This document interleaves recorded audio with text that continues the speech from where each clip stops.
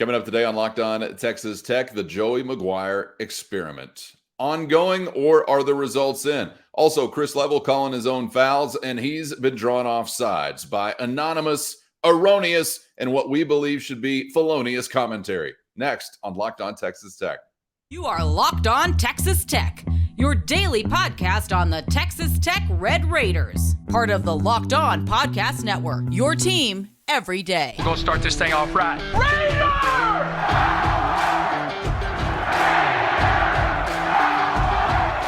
Everything runs through Lubbock.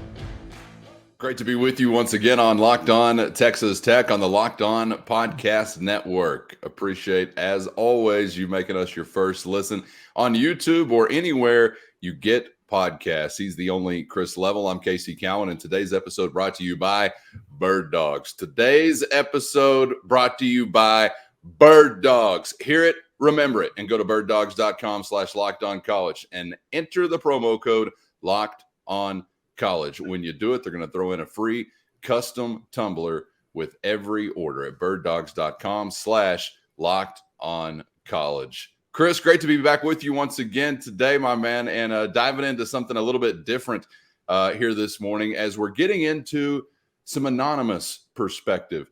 You get some of this throughout the offseason where you have like a conference set of coaches that are polled. You can respond anonymously. You know, what do you think about this team? What did you think about this team last year, this coach, this roster, etc.? And so you might have taken some of that in this week as it relates to Joey McGuire and the Red Raiders. And Chris, it seems like some of what has been shared, should I say, has, to use an industry term, irked some of the Red Raider faithful, because we'll get to such things as Coach McGuire still being an experiment in his role. I think that was a word that was used I want to get to coming up. But in general, it seems like some are feeling like Coach McGuire and Texas Tech being sold a little short. Is that the vibe that you're getting? You know, and I love these. I love this kind of content, if I'm being honest. I think, you know, you're right. You see it this time of year, whether it's anonymous, you know, and like when the Big 12 Media Days show up, they'll talk to all those players anonymously, and they'll say, hey, if you couldn't play for your coach, which coach in the conference would you most want to play for? Who do you think is the best player? And you know, and then anonymous is a sexy journalism word, because it's like, okay, I'm trusting that the writer has gone to a legit source, and this source is going to say something that they don't want anybody to know is attached to them. And so it may be a little juicy here. And that's kind of what we have here. And I think it because the comment about these are anonymous assistant coaches in the Big 12 that are talking about other teams. Athlons is the outlet, and which is a reputable publication. It's been around for years and years and years, especially in the college space. And I think the comment was, you know, it helped me out here, Cowan. It was you said experiment. This is early in the experiment. Yeah, it's still an experiment. Still an experiment. Yeah. I think they said something along the lines of, you know, Texas Tech just doesn't look the part, getting off the bus. And I don't think the whole comment in its full context was that, because I think it said something along the line, they've done a really good job, and it wasn't just so derogatory and negative, but it's the experiment word is fair, and I think anytime you just have a 1-year snapshot, I think it's fair to say, you know, we're still kind of trying to figure this out. I think that I've even talked to, you know, folks very involved about like Tech football and all that with the university, and they'll kind of like, you know, I mean, this is great, but you know, it's just the 1 year. This was back, you know, right after the bowl game, and because everybody's feeling elated, and you just like, you know, what's it look like 3 to 5 years from now? You know, Mike was able to do this for a sustained period of success.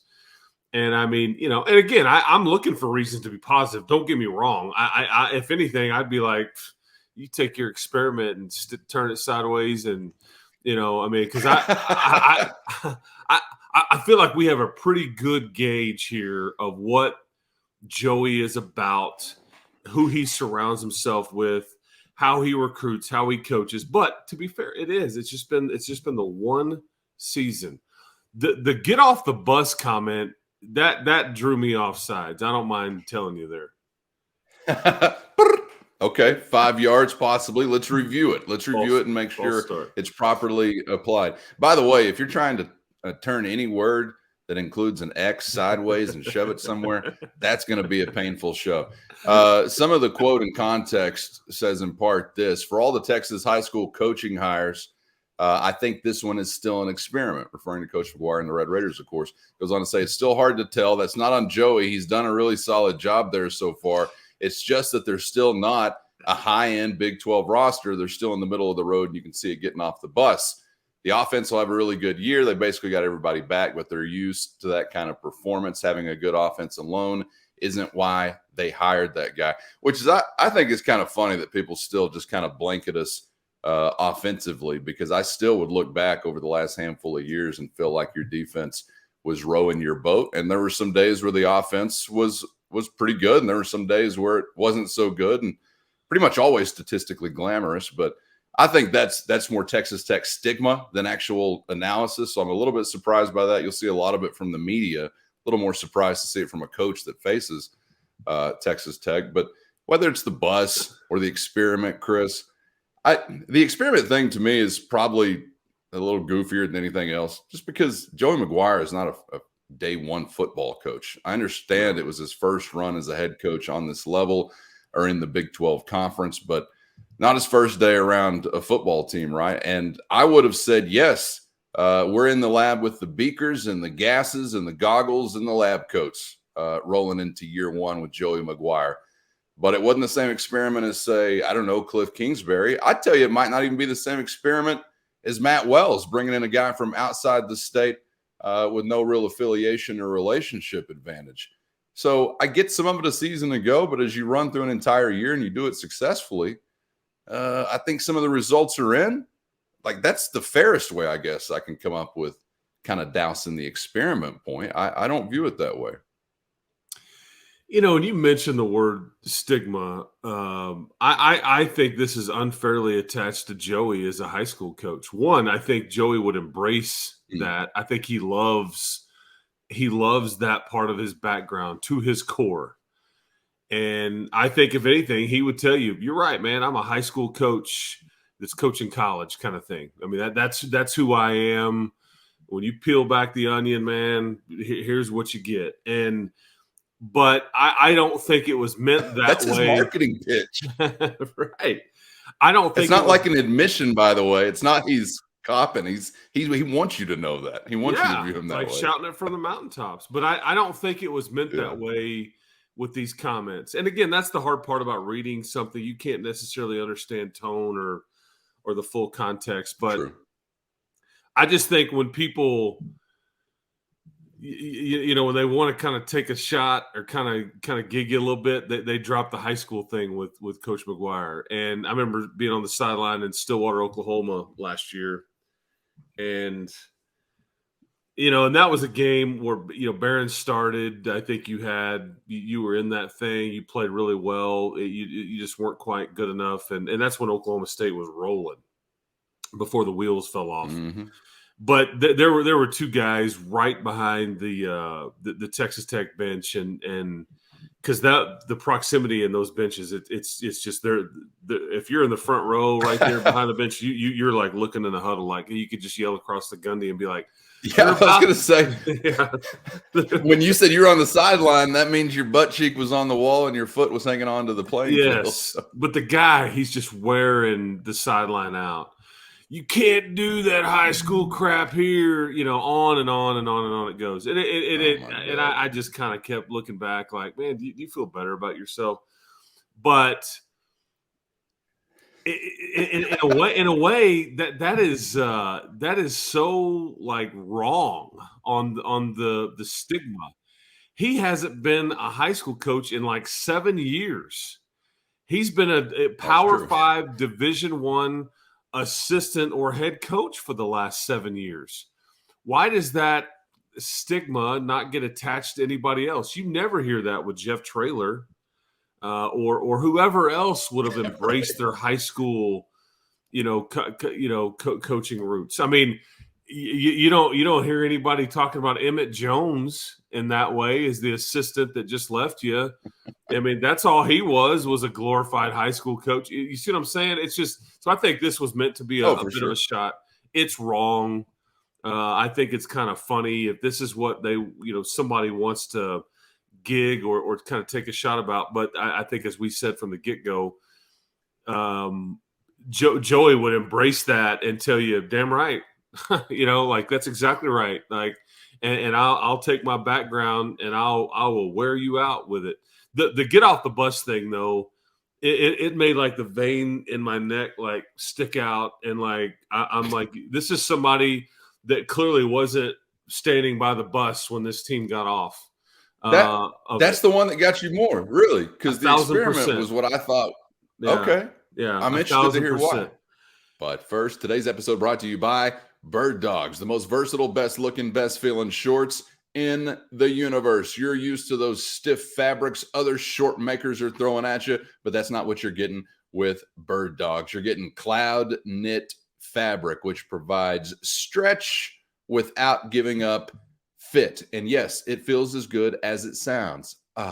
Cloud knit fabric made from real, organic, cage-free clouds. Try them out today at birddogs.com/LockedOnCollege. Anti-stink, sweat-wicking fabric, keeping you cool, dry all day long. Made for all occasions because they're the most versatile shorts known to man. So check them out right now at birddogs.com/LockedOnCollege. And while you're there, enter in the promo code LockedOnCollege for a free custom tumbler with every order. You're not going to want to take your Bird Dogs off. I promise you that. You want that sculpted lower body look, but you don't have room for a squat rack. Forget the weights. Get with Bird Dogs. They're going to stretch and design to fit slimmer through the thigh and leg to give you that sculpt you're looking for at birddogs.com/LockedOnCollege. That's birddogs.com/LockedOnCollege.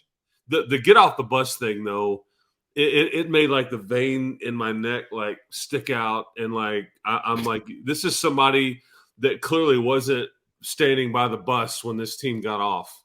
That's the one that got you more, really, because the experiment 1,000%. was what I thought. Yeah. Okay, yeah, I'm interested to hear why. I have, I've been around this thing for 20 plus years, and I've seen it up close. I've seen the Oklahomas up close, the Texases up close, the LSU's, Ole Miss a few years ago, Ole Miss this past year, and Alabama in the Cotton Bowl. I mean, I've seen some of these big time SEC teams. I've seen supposed blue bloods in the Big 12, and there's been a noticeable difference at times when you are on the sideline and you just see the size of certain guys, or as a whole. And you look at your team and be like, man, we need to get back in the weight room. Okay. There was a time, there was a time when this particular, or really last year's team, and the team that you have right now, they are one of the most physically, gifted or looking teams that measurable wise that this program really has ever had, ever. And I think back to last year, okay, because I think this comment was made about last year's team, right? You've never had 6'2", 6'3" corners. What's wrong with that? Getting off the bus, that rarely exists. You telling me Tyree Wilson didn't look good getting off the bus? Okay, well the NFL sure thought so. Okay, because that guy's a freak. Your quarterback or quarterbacks. They're all 6'3". Donovan was 6'5", 230.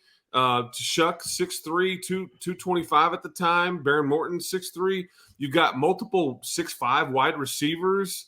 It just blew my mind when I saw that. I'm like that's clearly just someone that's uneducated about what Texas Tech's roster was or it looked like. And I just because that's a shot too. It's a shot at your depth.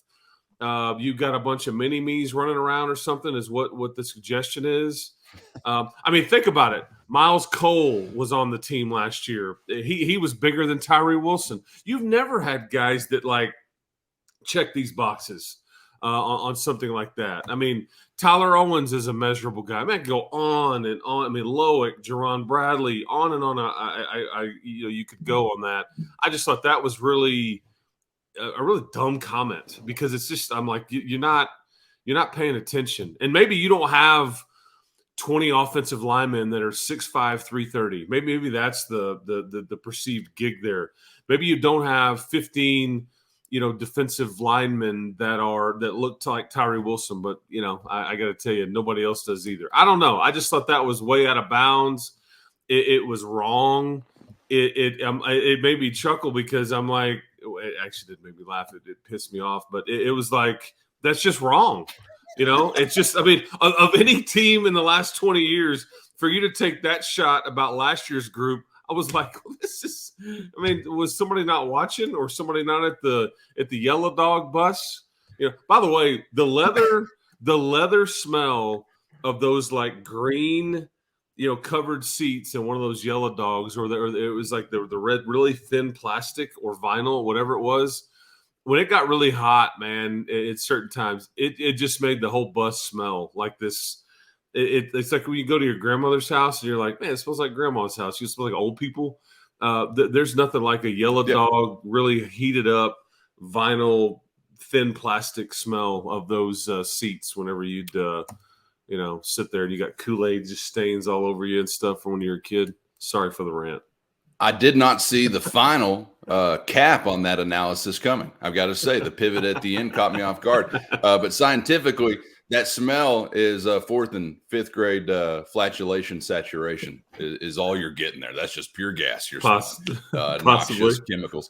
I'm not so sure that maybe the jackwagon from Stillwater wasn't the one that responded to this. Do we know if the anonymous comment came from the guy that was wearing you out on the sideline back in Stillwater? It sounds like it could have.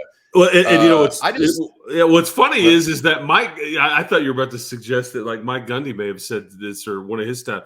And Mike Gundy was one of the most complimentary guys after that game last year about Tech's roster and about certain players. I remember it vividly.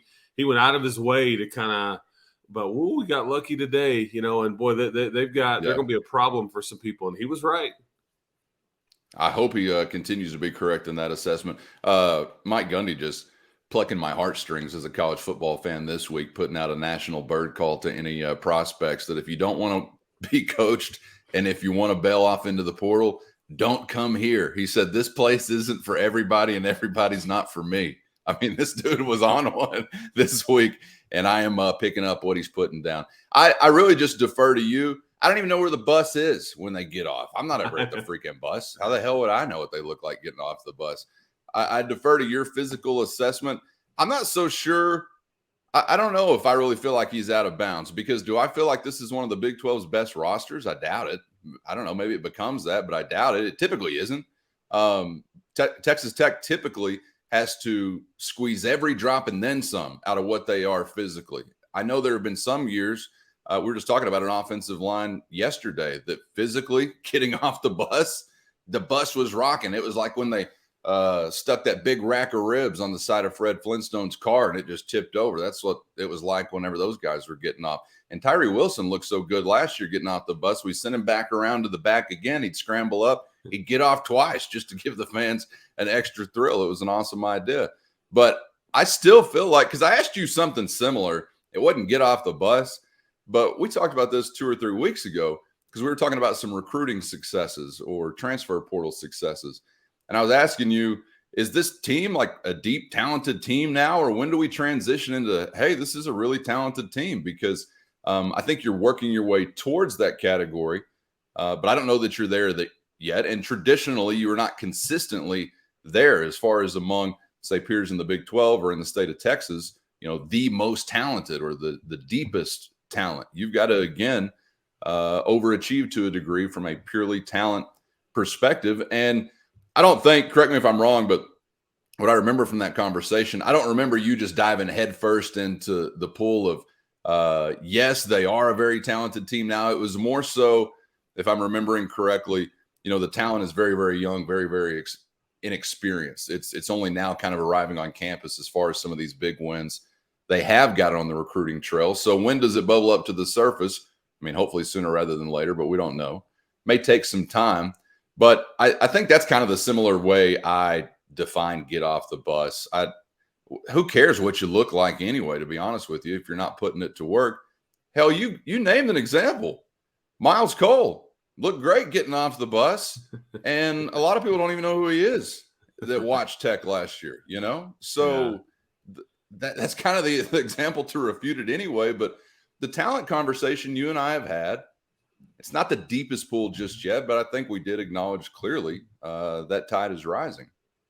Yeah, and maybe I took it too literally, because I always think, like Tech's basketball team 2 years ago, the one that went to the Sweet 16 and lost to Duke in San Francisco. That was a team that looked the part.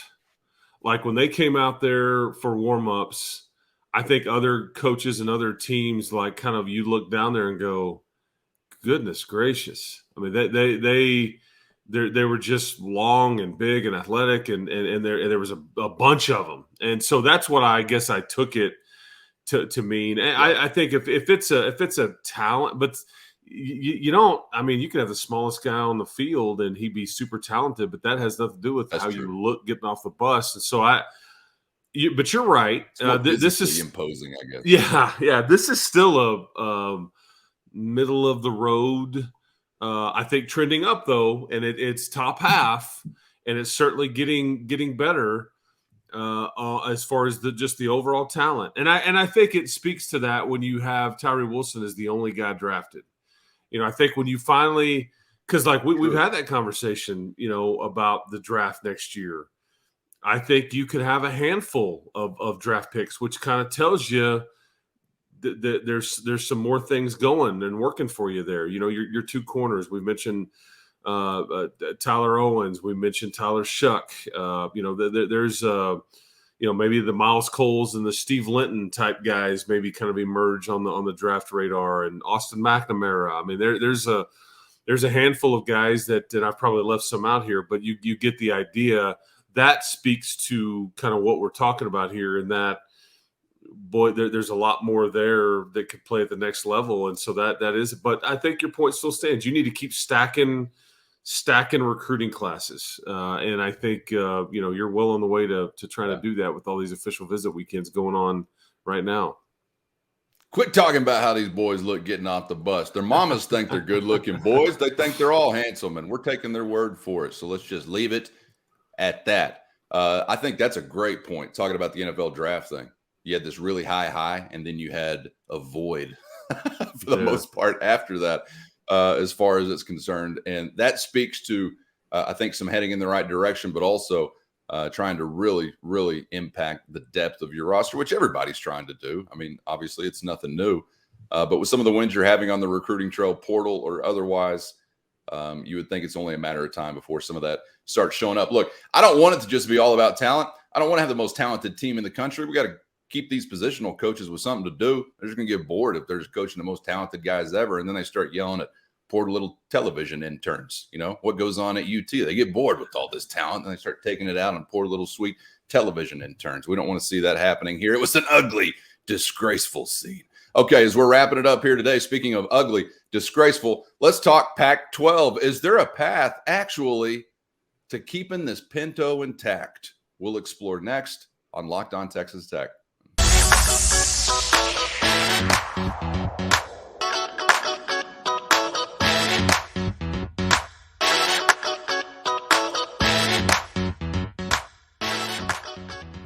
Thanks for joining us on Locked On Texas Tech on the Locked On Podcast Network with Chris Level. I'm Casey Cowan. Subscribe on YouTube or anywhere you get podcasts if you haven't so far, so you never miss an episode. Wrapping up today's Fandango with a realignment round, Chris, because something interesting, and maybe I didn't give it enough credit or didn't take it seriously enough all along. But something interesting this week that I feel like I'm picking up on, and maybe you are out there as well if you're taking in realignment content. Have you guys put down that shiny toy just yet? Of course not.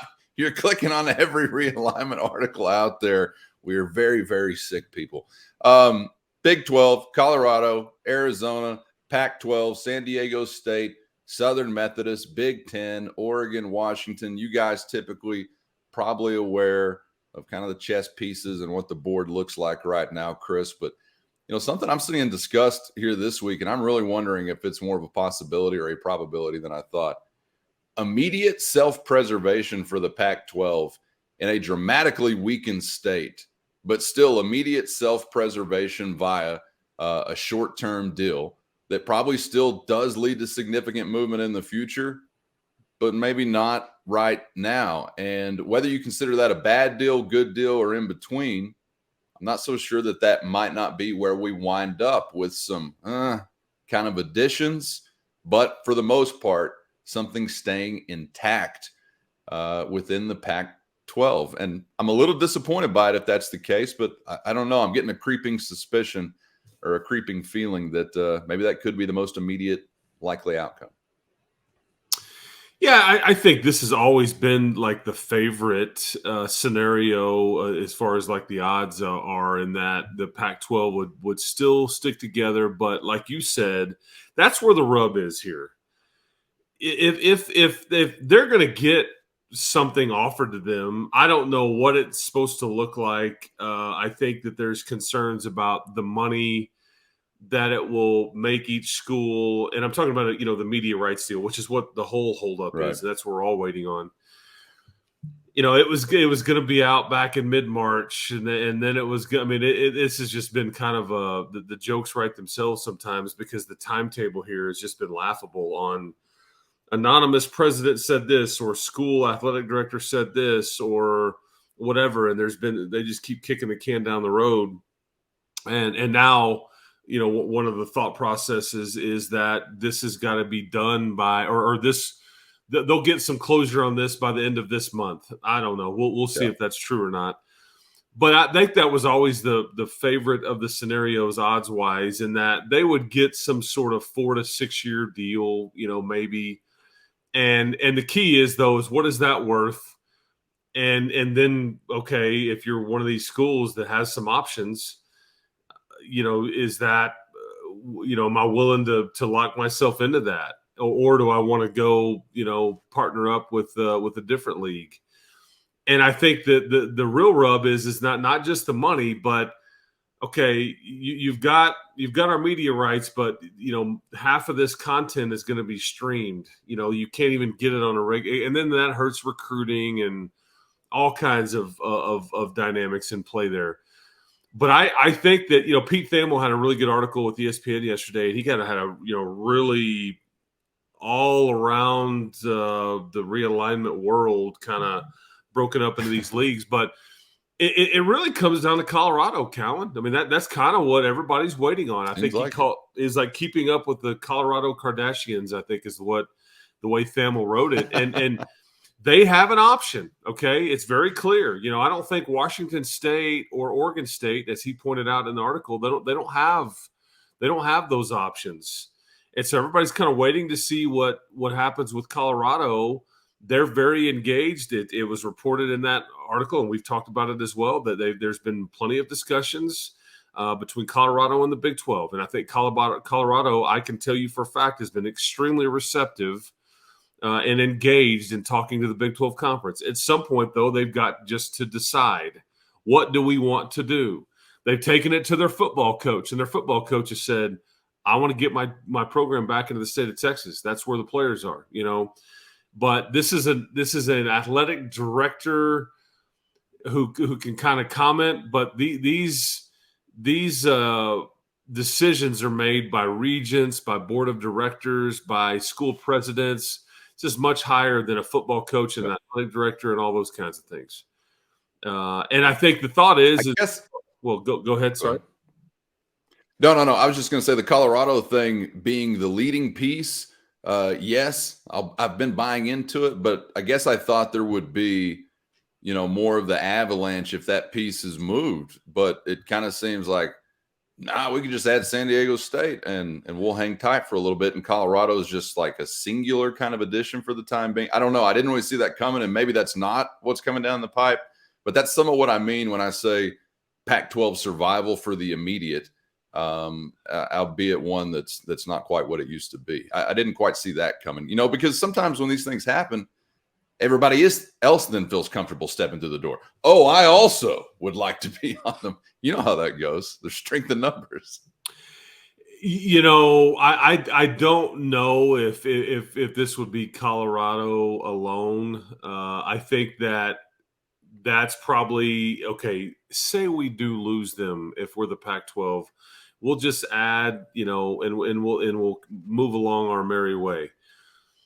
If you're the Big 12, though, if anybody from the Pac-12 that you were to add, you got what you wanted because you've added a brand, whoever it is, and you've put a little bit of a leak in their ship for the long term and for the short term. And I think maybe Colorado alone joining the Big 12 isn't enough to cause anybody else in the Pac-12 to